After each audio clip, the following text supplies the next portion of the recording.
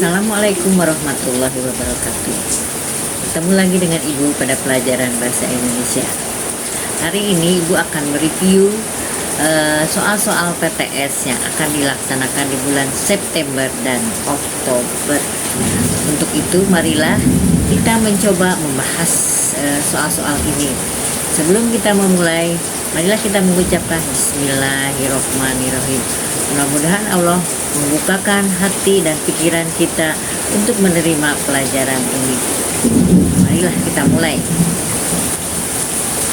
Cermati kutipan teks sejarah berikut untuk menjawab soal-soal di bawah ini.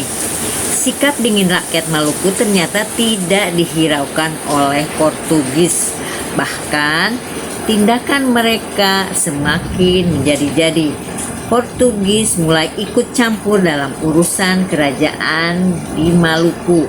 Rakyat Ternate di bawah pimpinan Sultan Hairun segera bangkit menentang dominasi Portugis di Maluku.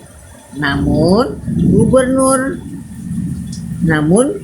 Gubernur Portugis de Mesquita menangkap dan menawan Sultan Hairun. Tindakan Portugis itu menimbulkan kemarahan rakyat Ternate.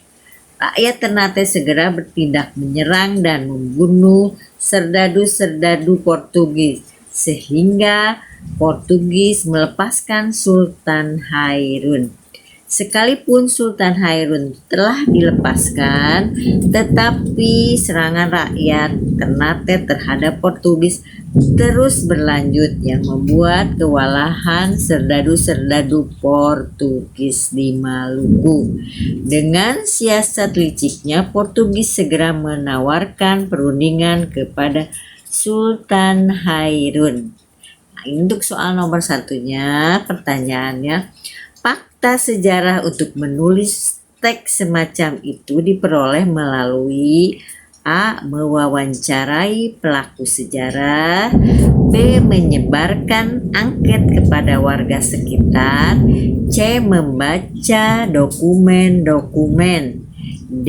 Melakukan observasi lapangan, E. Melakukan pemotretan terhadap benda peninggalan sejarah. Jawabannya adalah yang C, yaitu membaca dokumen-dokumen. 2. Dalam struktur teks cerita sejarah, cuplikan tersebut tergolong ke dalam A. Pengenalan, B. Komplikasi, C. Latar dan alur sejarah, D. Kesimpulan, E. Penilaian. Jawabannya adalah yang B. Komplikasi. Nomor 3. Artikel pokok dalam surat kabar yang merupakan pandangan redaksi dari media yang bersangkutan terhadap suatu peristiwa yang menjadi sorotan disebut A. Teks sejarah, B. Novel sejarah, C. Teks editorial, D. Teks berita, dan E. Teks iklan. Jawabannya adalah yang C. Teks editorial, karena di sini disebutkan adalah pandangan redaksi dari media yang bersangkutan. Itu nomor 3. Nomor 4. Kata buta huruf, gelandangan, dan pengangguran kurang santun jika digunakan dalam surat lamaran. Kata-kata yang dapat menggantikan kata-kata tersebut adalah A. Tunanetra, tunagrahita, tunawisma, B. Tunanetra, tunawisma, tunakarya, C. Tuna aksara, tunawisma, tunakarya, D. Tunakarya, tunawisma, tuna aksara, E. Tunawisma, tunakarya, tuna aksara. Nah, itu kata yang di garis bawahi atau kata-kata yang diganti dari kata-kata buta huruf, gelandangan, dan pengangguran. Jadi jawabannya adalah yang C ya. Tuna aksara, tuna wisma, dan tuna karya. Itu yang nomor 4. Sekarang nomor 5. Perhatikan bagan perbedaan novel sejarah dan teks sejarah di bawah ini. Novel sejarah, imajinatif, rangkaian peristiwa bersifat hierarkis. Mungkin untuk tidak adanya kejelasan pada akhir cerita diserahkan kepada pembaca. Teks sejarah, faktual, rangkaian peristiwa bersifat gradual. Ada kepastian pada akhir cerita sebagai konsekuensi dan dari peristiwa sebelumnya. Penyimpulan atau penilaian. Berdasarkan bagan perbedaan novel sejarah dan teks sejarah terlihat dari isi cerita, selain perbedaan keduanya juga memiliki persamaan, yaitu A. Naratif berpola kronologis kausalitas, B. Informatif berpola kronologis kausalitas, C. Naratif berpola kronologis kausalitas dan banyak menggunakan konjungsi korelasi, D. Naratif berpola kronologis kausalitas dan banyak menggunakan konjungsi temporal, E. Informatif berpola kronologis kausalitas dan banyak menggunakan konjungsi temporal. Nomor 5 jawabannya adalah D. Naratif berpola kronologis kausalitas dan banyak menggunakan konjungsi temporal. Nomor 6 kita lanjutkan. Perhatikan kutipan surat berikut. Sehubungan dengan akhir kegiatan sekolah, siswa kelas 12 SMA YPHB diberitahukan untuk melegalisir ijazah pada waktu yang telah ditentukan. Kata yang tepat untuk memperbaiki kata-kata berhuruf miring di atas adalah, itu yang miring adalah melegalisir ya, diberitahukan, dipisah, melegalisir, dan ijazah pakai S.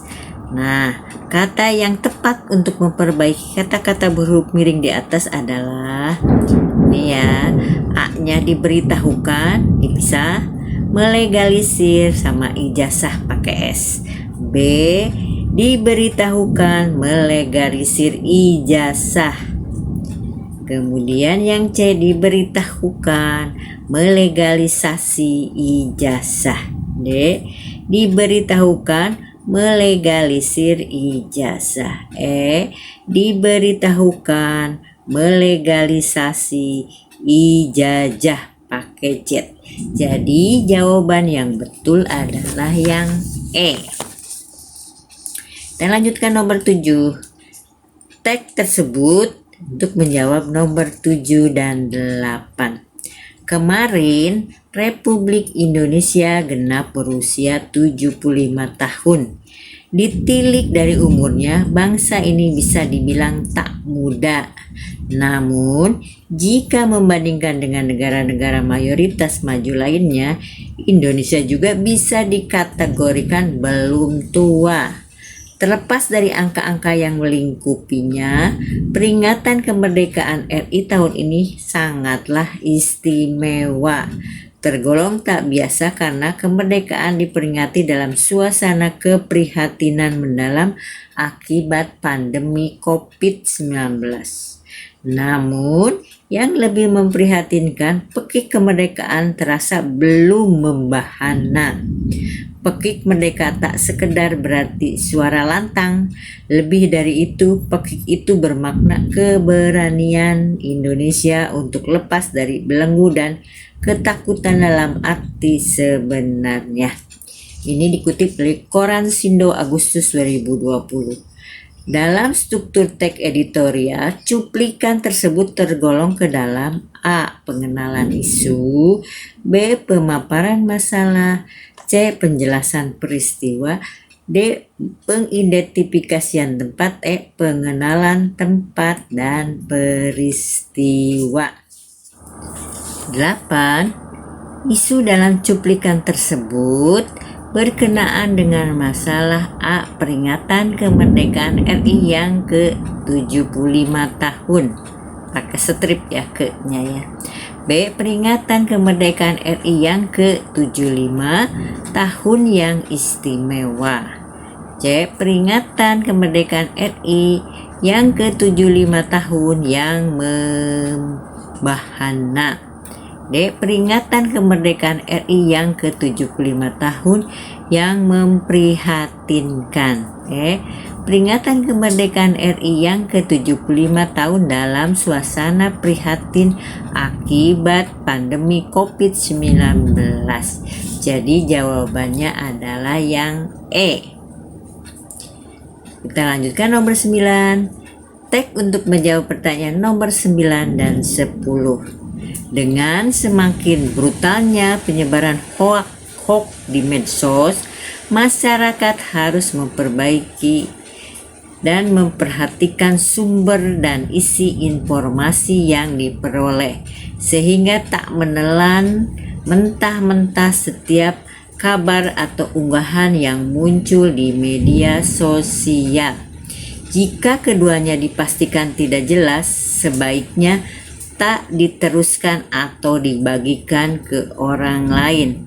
Sudah saatnya masyarakat memperbanyak pengetahuan dan literasi digital melalui media-media resmi yang dalam penyajian informatif memegang teguh kaidah faktual, berimbang, dan tidak memihak. Dengan meningkatkan literasi digital melalui media yang kredibel, ke depan berita atau kabar hoax terkait apapun akan semakin berkurang. Dikutip dari Koran Sindo Agustus 2020. Opini penulis dalam tag editorial tersebut adalah A. Penyebaran berita hoax di medsos semakin brutal. B. Penyebaran berita hoax karena masyarakat kurang literasi. C. Masyarakat harus berhenti menyebarkan berita hoax. D. Masyarakat tidak boleh menerima sebuah berita tanpa konfirmasi. E. Masyarakat harus meningkatkan literasi digital agar berita hoax semakin berkurang. Jadi jawabannya adalah yang E, ya, literasi digital. Untuk nomor 10 ini untuk penutup. Dalam struktur tag editorial, cuplikan tersebut tergolong ke dalam A. Pengenalan isu. B. Penyampaian argumen. C. Simpulan. D. Pengidentifikasian tempat. E. Pengenalan tempat dan peristiwa. Jawabannya adalah yang B. Penyampaian argumen. Argumen ya dalam cerita dalam tulisan itu. Nah, soal nomor 11. Bacalah paragraf berikut dengan saksama. Tiba-tiba di siang bolong di surat kabar pemerintah akan kode etik yang mengatur isi Kata berimbuhan berikut yang tepat untuk melengkapi kalimat tersebut adalah A. Ditulis, dibuat, siaran, penyiaran. B. Tertulis, membuat, penyiaran, siaran. C. Menulis, membuat, menyiarkan, penyiaran. D. Ditulis, dibuat, disiarkan, siarkan. E. Tertulis, terbuat, tersiar, siaran. Jawabannya adalah yang B. Pembahasannya, kata berimbuhan paling tepat yang sesuai dengan kompleks paragraf di atas adalah tertulis, membuat, penyiaran, dan siaran. Itulah jawaban yang menggunakan kata berimbuhan. Tertulis, membuat, penyiaran siaran. 12. Cermati paragraf eksposisi berikut. Orang rakus perlu mengembangkan kemampuan untuk memandang harta benda dan kedudukan sebagai anugerah Tuhan. Kerakusannya terkendali. Orang rakus perlu mengembangkan pemahaman harta benda dan kedudukan berfungsi sosial. Harta benda bukan semata-mata untuk diri sendiri. Kata penghubung berikut yang tepat untuk melengkapi paragraf tersebut adalah A. Sehingga, bahwa, B. Agar, karena, C. Agar, bahwa, D. Jika, karena, E. Ketika, bahwa. Jawabannya adalah C. Agar, bahwa. Kenapa? Kata penghubung paling tepat untuk melengkapi paragraf di atas adalah agar dan bahwa. Itu pembahasannya. Nomor 13. Bacalah paragraf berikut dengan saksama. Darah Anda melakukan perjalanan dalam sebuah siklus yang tidak pernah berhenti. Ia perbekalan dan mengangkut sampah dalam darah atau sel darah merah yang memiliki tugas khusus menjemput oksigen dari paru-paru dan membawanya ke seluruh urat dan organ tubuh.